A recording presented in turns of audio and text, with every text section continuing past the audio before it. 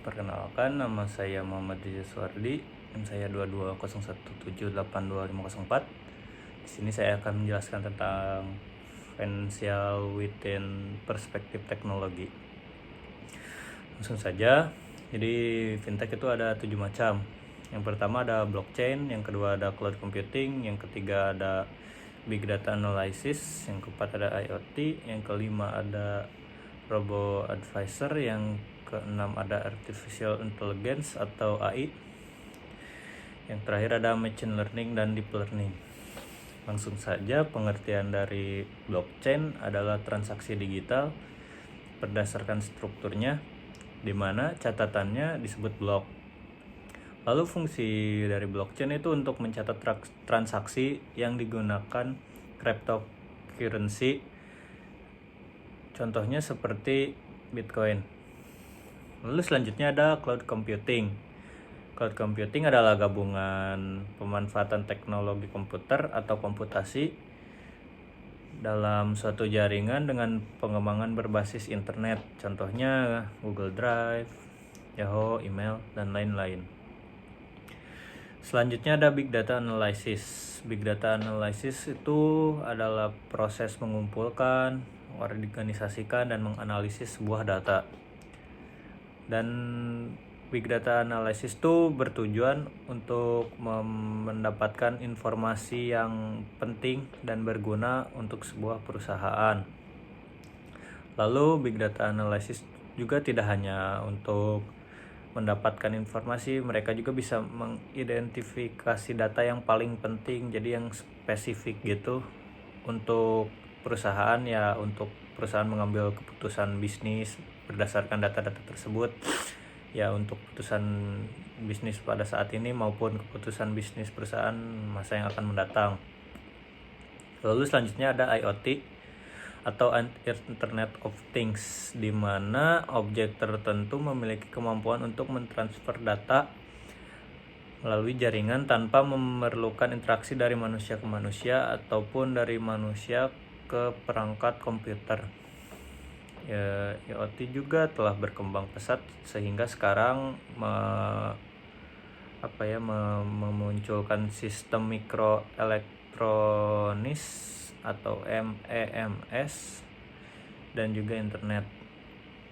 Ya, contoh dari IoT sih kayak pengenalan suara gitu, kayak Google Voice, kayak terus di iPhone tuh Siri kayak gitu. Lalu selanjutnya ada robo advisor.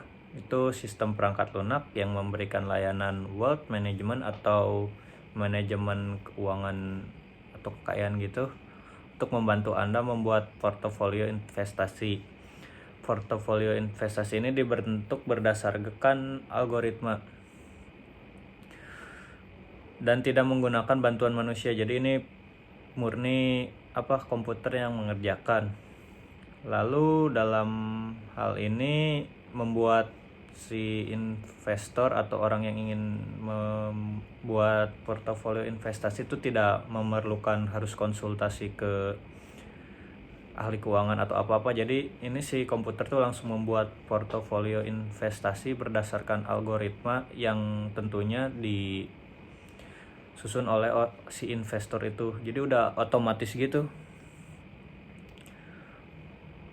Lalu selanjutnya ada artificial intelligence atau AI. Kalau Indonesianya sih kecerdasan buatan. Jadi kecerdasan buatan tuh kecerdasan yang ditambahkan kepada suatu sistem yang bisa diatur ulang dalam konteks atau biasa disebut juga AI, ya AI gitu. Terus contoh tujuan dari AI itu ya untuk pemecahan masalah, pembelajaran, dan perencanaan. Dan yang terakhir ada machine learning, itu menggunakan algoritma untuk mencerna rangkaian data, mengambil kesimpulan berdasarkan data yang dianalisis, serta menggunakan kesimpulan tersebut untuk menyelesaikan tugasnya dengan cara paling efektif. Lalu deep learning itu metode implementasi dari machine learning, bertujuan untuk meniru cara kerja otak manusia menggunakan artificial neural network atau jaringan nalar buatan. Deep learning menggunakan sejumlah algoritma sebagai neuron untuk bekerja dalam menentukan dan mencerna karakteristik di suatu rangkaian data. Ya, jadi sekian financial within perspektif teknologi atau financial dari sudut pandang teknologi. Semoga dapat dimengerti dan terima kasih.